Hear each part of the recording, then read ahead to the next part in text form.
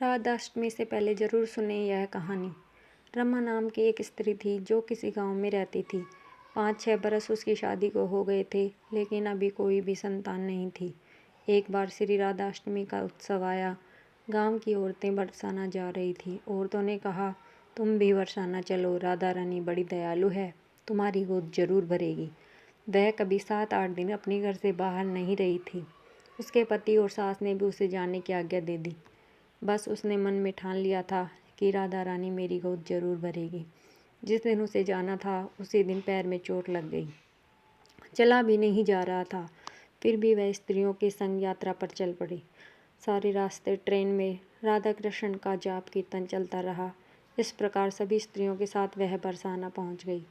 सभी नहा धोकर राधा जी के मंदिर में जाने के लिए तैयार हुई। राधा जी के महल में जब जाते हैं तो बहुत सी सीढ़ियाँ चढ़नी पड़ती हैं।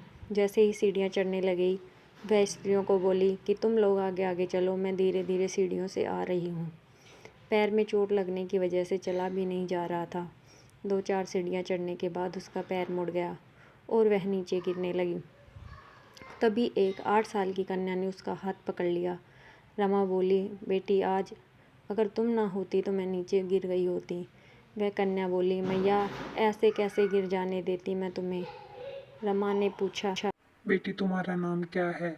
वह बोली, लाडो नाम है मेरा, यहीं पास में रहती हूँ। वह दोनों सीढ़ियों पर बैठ गई।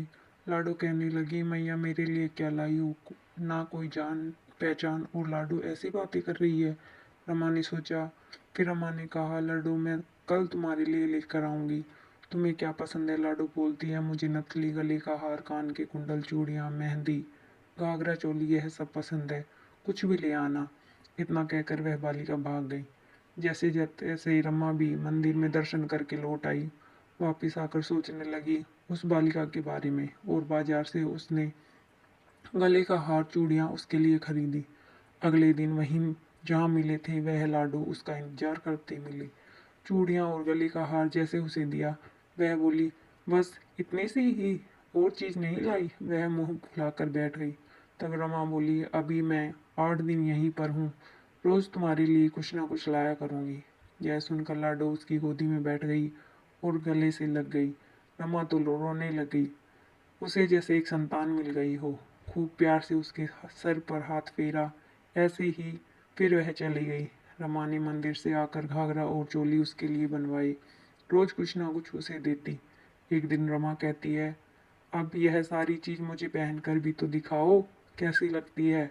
लाडो बोली, कल राधाष्टमी है, कल पहनूंगी। इस बार लाडो के साथ एक लड़का भी था।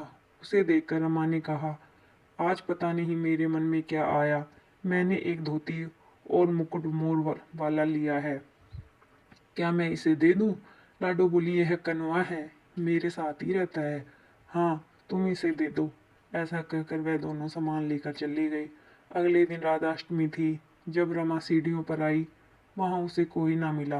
बहुत इंतजार करने के बाद जब वह मंदिर में पहुंची तो वहां बहुत भीड़ थी। कीर्तन और नृत्य हो रहा था। इसी भीड़ को चीरती हुई वह आगे पहुंची और राधा जी को देखा और ठाकुर जी को भी देखा। वही सामान सब जो मैं लाई थी उन्होंने धारण किया हुआ था। वह पत्थर सी हो गई।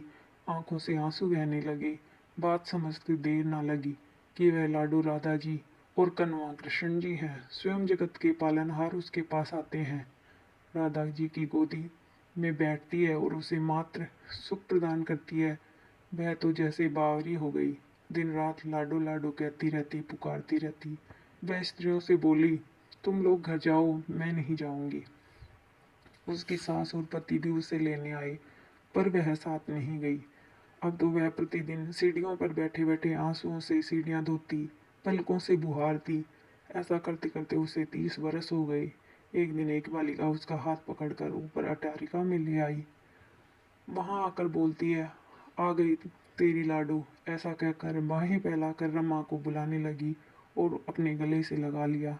उस दिन रमा ऐसे गले लगी कि एक पार्थिव शरीर को छोड़कर सदा के लिए अपनी लाडो के पास चली गई। इस घटना से हम सबको यही सीख मिलती है कि जो भी आशा रखें, चाहे वह सकाम हो या निष्काम, केवल भगवान से ही रखें। एक न एक दिन अवश्य मिलते हैं। आशा एक राम जी से दूसरी आशा छोड़ दे, नाता एक राम जी से दूसरा नाता तोड़ दे।